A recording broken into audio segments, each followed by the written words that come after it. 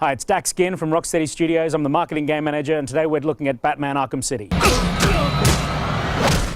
The multiple playable characters was something that we wanted to introduce so that the kind of emotional feedback you get throughout the game changes. You know, you get the shift of pace.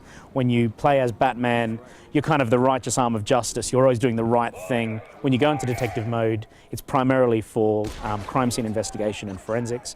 When you're in combat, you can identify which weapons are being held by the thugs that you're coming up against.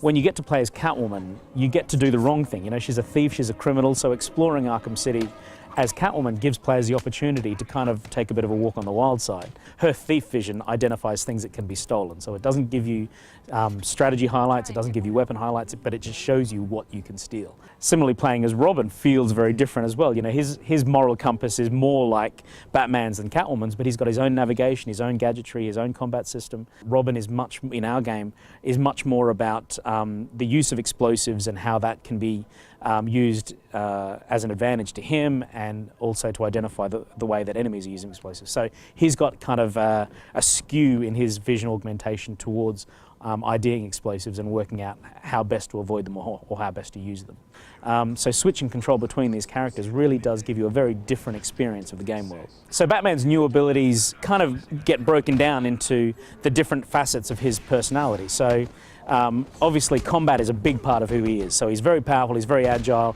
and we've pretty much doubled the number of animations for Batman across the board. So in combat you're going to be using a whole range of incredible new moves, but we've also really beefed up the AI's ability to take you on. So you'll get double or triple simultaneous attacks that come in, and you've got to use double or triple simultaneous counters.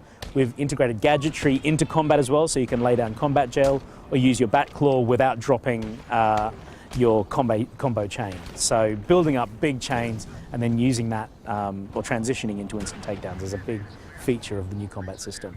We've got new gadgets for Batman, so the line launcher can deploy double, triple, quadruple lines that allow you to change direction mid-launch. We've introduced the smoke pellet as well, which allow you to sort of make a covert escape if you come across thugs who are heavily armed. We've still got some more gadget announcements to make as well. We've also really enjoyed the exploration of Batman's dark psychology within Arkham Asylum as well. So if you liked what we did in the first game, I think you're going to like what we do in the second game.